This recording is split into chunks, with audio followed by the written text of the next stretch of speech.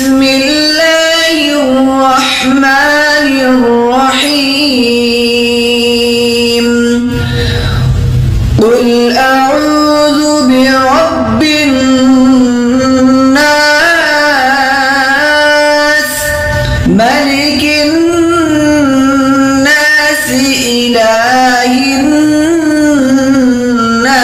الناس من شر الوسواس